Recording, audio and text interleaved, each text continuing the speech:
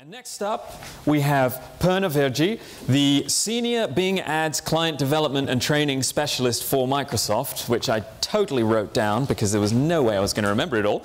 But it's pretty awesome that we have somebody from Bing here. Yeah, a little clap. Bing, Bing, come on, guys. She's also the founder.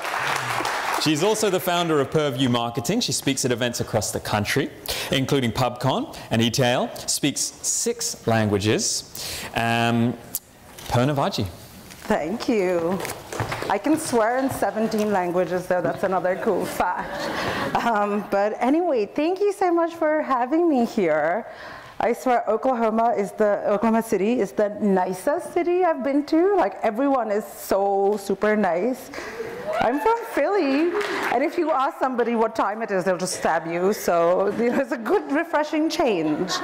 Anyway, so today I'm here to talk about, again, segmentation and remarketing, and give you some sneak peeks on what's coming out in Bing Ads. So it's very exciting. And I have a swear jar. If everyone says, I'll Google this, you have to give me $1. So, right? Okay. Anyway, so I'm here to tell you, actually, that Notorious B.I.G. was wrong. It's not more money, more problems. Nope. It's more devices, more problems, right? Especially for us marketers. Because how many here have more than like 2 devices with you here, right? So many. We all love our devices. I came here too with like my Surface and my laptop and my phone, so it's just nuts.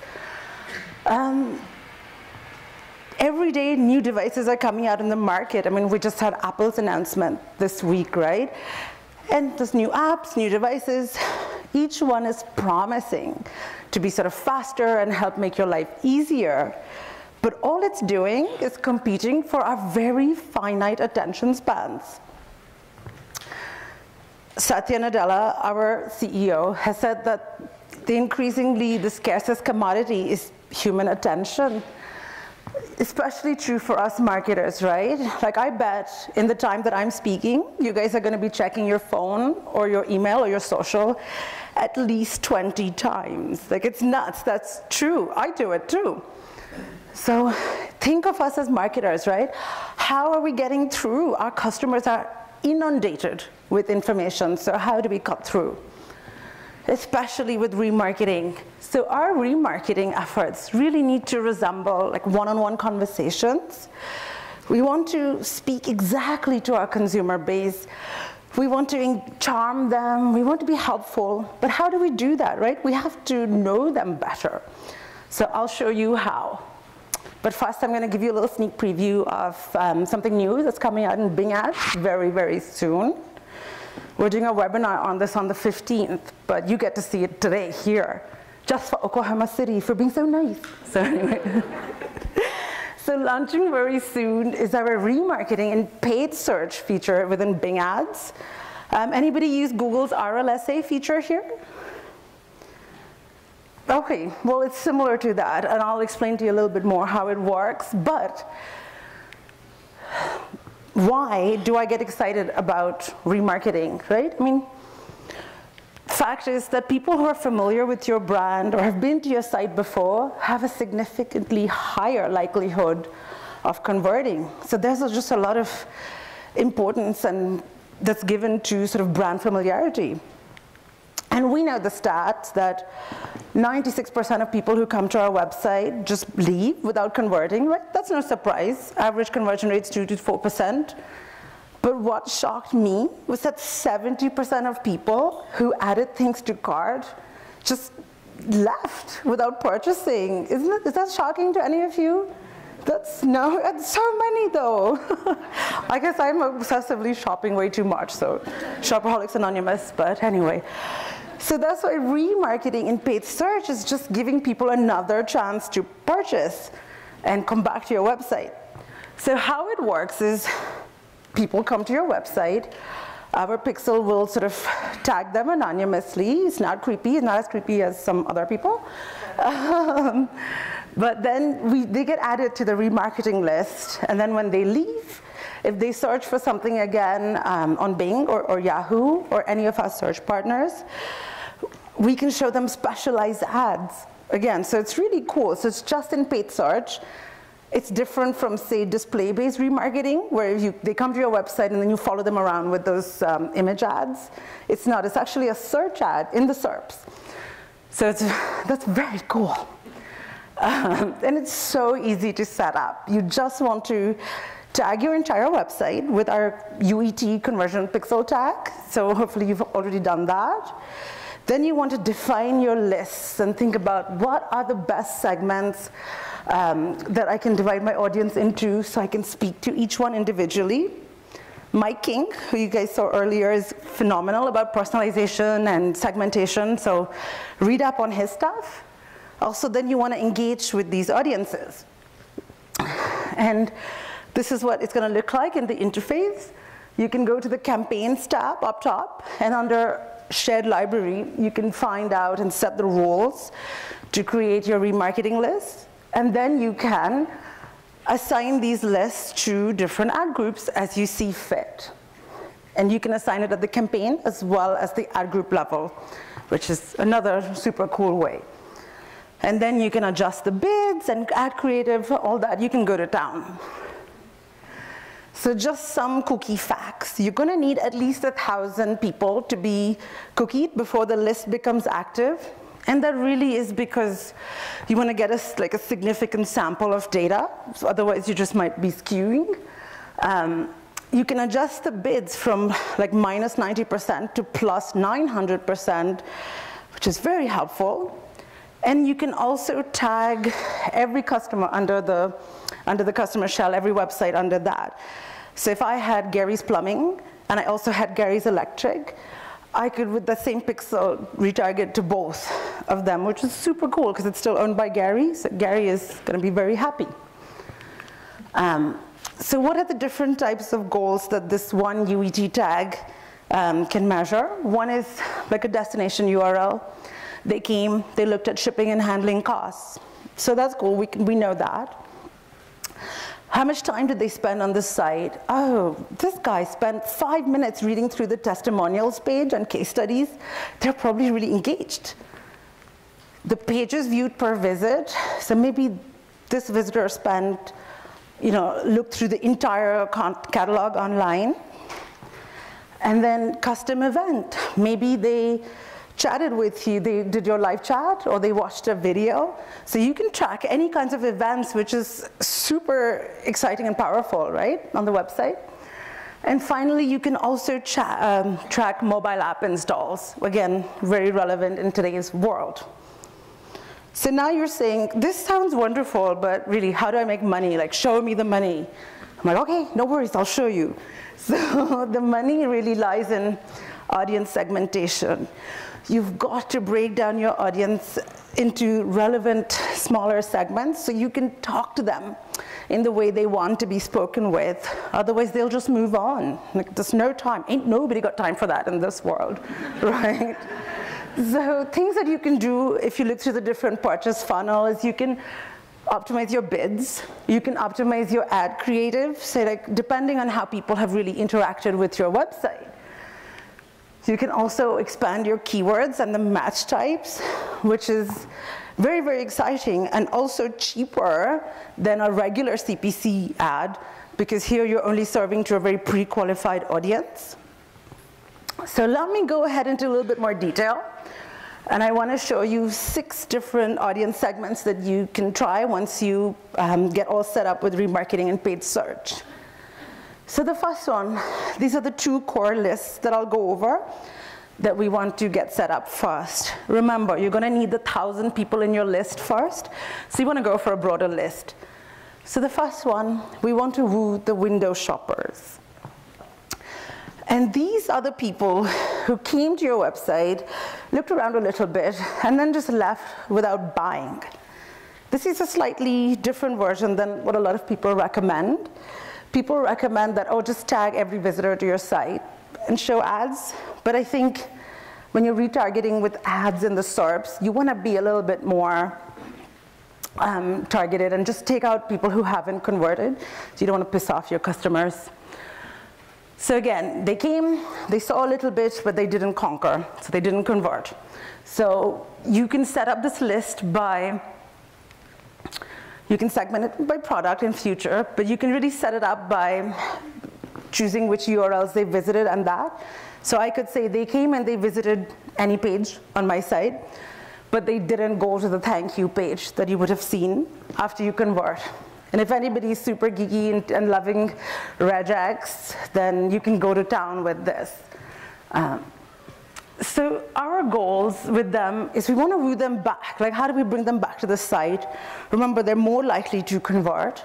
So we need to show them things and sort of raise the top of mind awareness with them. And so the biggest thing you can do is expand your keyword list. You want to really go and search for competitor terms. You can add them in there in case your audience is comparison shopping, right? It's like, oh, I went to this local mountain bike store, but let me check the price here. So if they're going there, if they're searching, your ad can show up and you can lure them back. You can go with broader terms, such as shoes. Remember, instead of like running shoes or Nike running shoes, so you can go broader with 1 or 2 word keywords. Remember, it's not going to be as expensive at all. You can totally afford to bid on this that you couldn't in regular search, because this is only showing to people who have been to your site before, so there's less competition. Then you want to sort of bid up for increased prominence, so you can have your bid modifiers that are available. You can go up by about 50 to 100%, again, just so you're more prominent. You can also test the cookie length. So the standard cookie length for a remarketing pixel is 180 days. So you don't have to do the full 180 days, because that's a long time to show somebody the same ad. You can test maybe 1 or 2 weeks if you like, and see where it goes. And then you can tweak your ads to offer sort of deals, special offers, or we also have new ad extensions coming out. So that is like image extensions that will show with your ad and make them stand out. And again, you want to test similar or popular products. Next, the next list you want to create are the abandoners. So this is the closed but no cigar, right? They came to your website, but then they just left, and they filled out a form and then just left without going through. Maybe they got distracted by the latest cat video or by Facebook, I don't know. So you want to like bring them back. It's like, hey, come back, finish your purchase. And that way we want to do that by tagging people who come to your shopping cart, for example, but don't go to the thank you page again. So it's a little bit more specific. This will be a smaller pool than the window shoppers. So you want to sort of test again, maybe they just need more information, so subtle brand and product reminders. Then maybe they had some hesitations about purchasing. So you want to sort of show them and ease their mind what your return policies. You can nudge them a little bit more. Again, competitive terms are great here. And then you can even do a little bit less subtle, more nudging is, hey, free shipping for purchases over $25. So that could really work. Or in the end, if nothing works, you want to do the blunt object syndrome where it's like, hey, special deals, like come on and buy something now. But I usually leave that for like last resort if it's not converting well. Because you don't want to train your audience, right? It's like, oh, I'll go put it to cart, I'll leave, and tomorrow I'll get a 20% off coupon. No, so we don't want to do that. So again, you want to raise your bids. I would recommend going to that full 900% increase because they're the most likely segment to convert. Test again shorter pixel time durations, and then don't forget to edit your landing pages too. So it sounds kind of obvious, but people miss it. Where if you're testing a special offer in your ad, make sure it's on the landing page too. All right, so now once you have these two lists up and running, you want to go a little bit more granular. So we're going to re-engage the engaged visitors. So these are the one, you went on this fantastic date and they just didn't call you the next day. You're like, what's going on? So they spent like a really good amount of time on your website, or maybe they watched this video. Here's where you can look at like micro conversions. So if you know that people who do this are more likely to buy, so you can track your micro conversions here. And then you also look at different pages. The cool thing is that you can do the custom events here, so that's what it's going to look like. And there's a whole detailed way of going into it, which I won't go into now, but it's all up on our website. So if you want to fill in the blanks for them, right, these just need more information. So maybe you want to tell them that, hey, you know, these are the really cool product reviews. Your ad don't always have to tell them to come and buy. Maybe it can just say that, okay, through the annotations, you can show the reviews. You can show case studies, like in your site links, you can link them to testimonials. You can also do shipping offers. So if you free upgrade to fast shipping or something like that. So, and then you can do, in a worst case, discounts and offers, which I like to avoid. And then there's another cool tip here, is that if your landing page isn't converting that well, just skip the landing page. Do a click-to-call ad, right? Phone has a significantly higher conversion rate, so you can just do that in your ads, mobile or desktop, right? Bing has the Skype, which will let you just call from a desktop. And then you can bid up what's your bid modifications. Finally, we want to upsell our recent converters. These are our cherished customers. They bought once, so why would they not buy again? So with them, you just want to pick everyone who has been to your thank you page. And so they will just go on the list as your customers. You want to maybe show them, again, just different cross-sells, upsells, different incentives to buy, exclusive discounts and promotions, maybe something like a free gift with purchase that can all help them buy. Offline to online. So the last two segments are like my favorite. So if you're running probably like a TV ad or a radio ad, then you want to still track and remarket, right? Those are expensive purchases to buy. So how do you get the most value back from them? That's when you want to just tag the page that has your custom URL, and then serve these guys the ads. And you can also do this for like a social media campaign if you're promoting some content, or if somebody's come to your website and is looking at your store. So I would really try to show them that, hey, come back and buy, like reinforce the same message that was in the commercial, and then add a sense of urgency online that, okay, this is only offer for 1 week. And okay, this is my ultimate favorite. Why do we limit ourselves with just tagging our own website?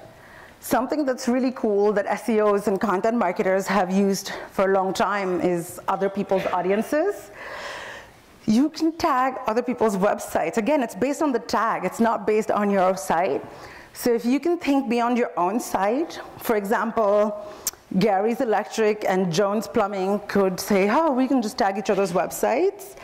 And now you suddenly have got a new audience in Jones Plumbing, but it's still a related audience. So I would try to find these complementary websites, maybe look at business partnerships or business opportunities and reach out to people to find a way to test it out. It's huge. It just expands your pool so much. You can really broaden your keywords. You can be bold with your bids, and then just do really compelling incentives and offers so that they would end up buying. So 2 further optimizations when you're doing this list that are worth their weight in gold. 1, we want to avoid the creepiness factor, right? So let's be honest, remarketing can often come across as like super creepy if done not very well. So you want to try to avoid being too specific in the ad copy. Like, I don't want to go in the SERPs and do like a Bing search and see that, hey, Purna, come back and buy this shoe. It's like, God, I would be horrified. So you want to just try to be really subtle and, you know, try to be helpful. It's that, hey, you know, we're having this sort of, you might like this other product, or, you know, hey, there's a special shipping offer this week, or just different product categories. Like, be subtle. That always will work well. And for the cookie window, you want to review within your analytics tool the time to purchase, so then you can be really quite nice about it and not stalk them for endlessly and waste your money. Then the second tip is really how you bid. So Bing has 2 options. One is you can do bid only, where you just add this list to your existing ad groups and you just adjust your bids. So if somebody comes from a remarketing list, you can just do a bid modifier. Or you can do target and bid, which lets you also broaden your keywords. It also lets you do custom creative. So if you're not sure what to do, just think of this easy chart, where if you just want to adjust bids to bid only, it's a nice broader way to go wide. And otherwise, if you want to customize your ad, which I highly recommend, then you want to sort of use target and bid. And then another cool thing with the bidding is that you can bid down on some audiences, right? It's not always about bidding up.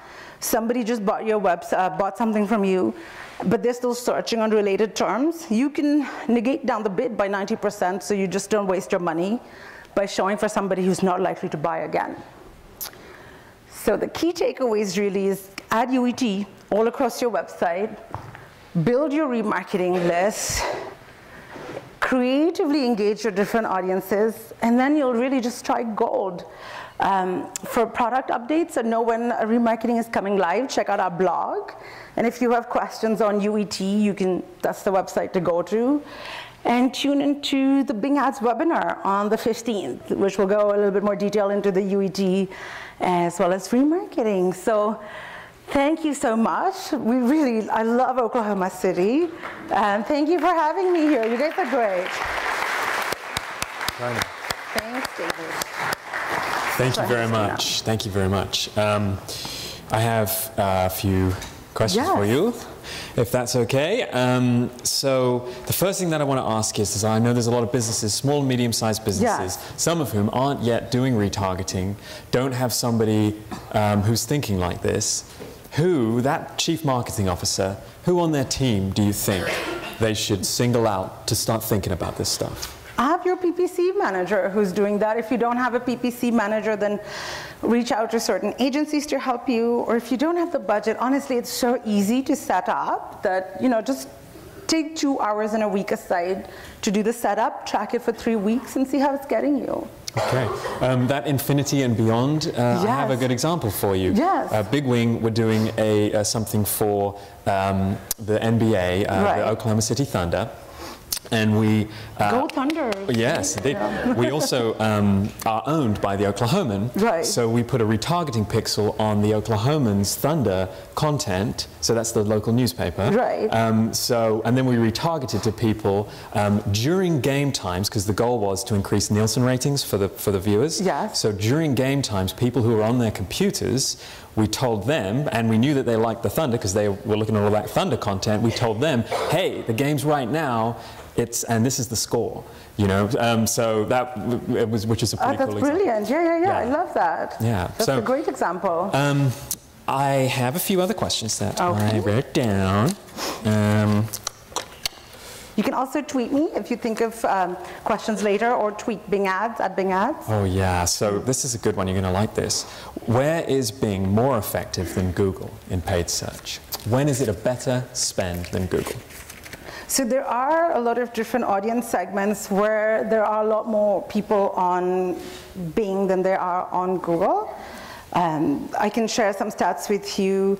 Please. But the Bing audience is more likely to purchase, we found through some sort of ComScore data tests, wherein we have a more affluent audience. They also tend to skew slightly older.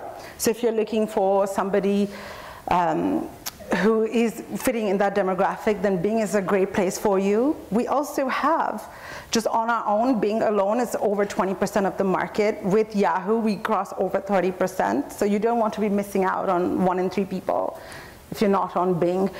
There are segments like retail and software and travel that do have some more audiences that exist on Bing, but don't on Google. Right. We found that for some of our clients, it's a much better spend than for us, some, and for some, it's not. But there are certain segments where it's really works. Okay, I also wanted to ask you, how do you get a job at Microsoft?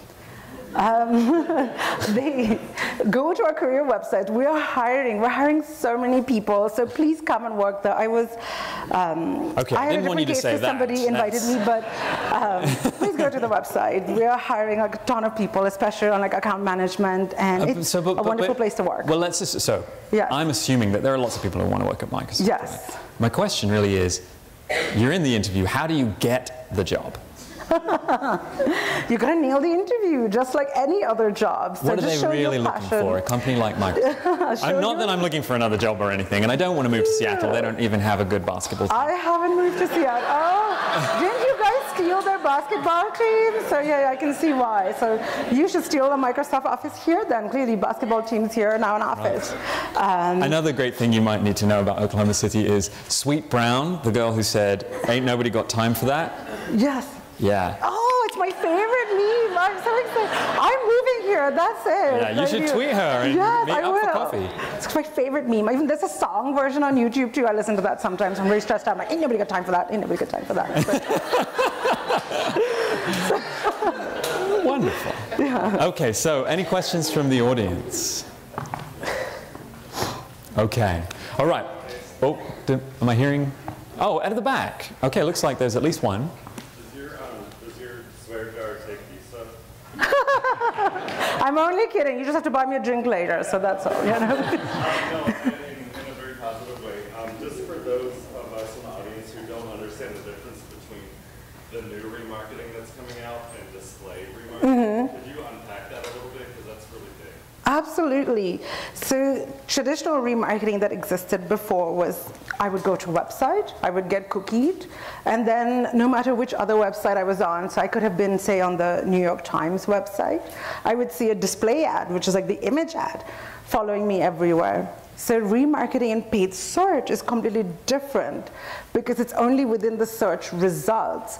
So say I went to really Gary's Electric. It's very popular. Is there a Gary's Electric in Oklahoma? That I'm just giving free publicity. But if I went there and I looked for sort of electrician in Oklahoma City near the Lyric Theater, and I went to his website, but then I got distracted, and then I went and searched again. That's where the ad would show up within the SERPs again, but as Gary's Electric, I could tweak my ad copy and I could sort of tweak my bid so I'm like #1 right up top for it. So it's really just within the search, within Bing or Yahoo or any of our search partners, but not a display network. So you wouldn't see it on the New York Times. It's in your text ad that will show up. Okay, great. Did that make it more clear? That's okay, great. Thank Any other you. questions like, hey, I didn't quite get that thing? Okay. All right, so thank you very much, Purna. Thank you so much. All right, thank you. Welcome to Oklahoma City. Thank you. Oh, I don't want to leave.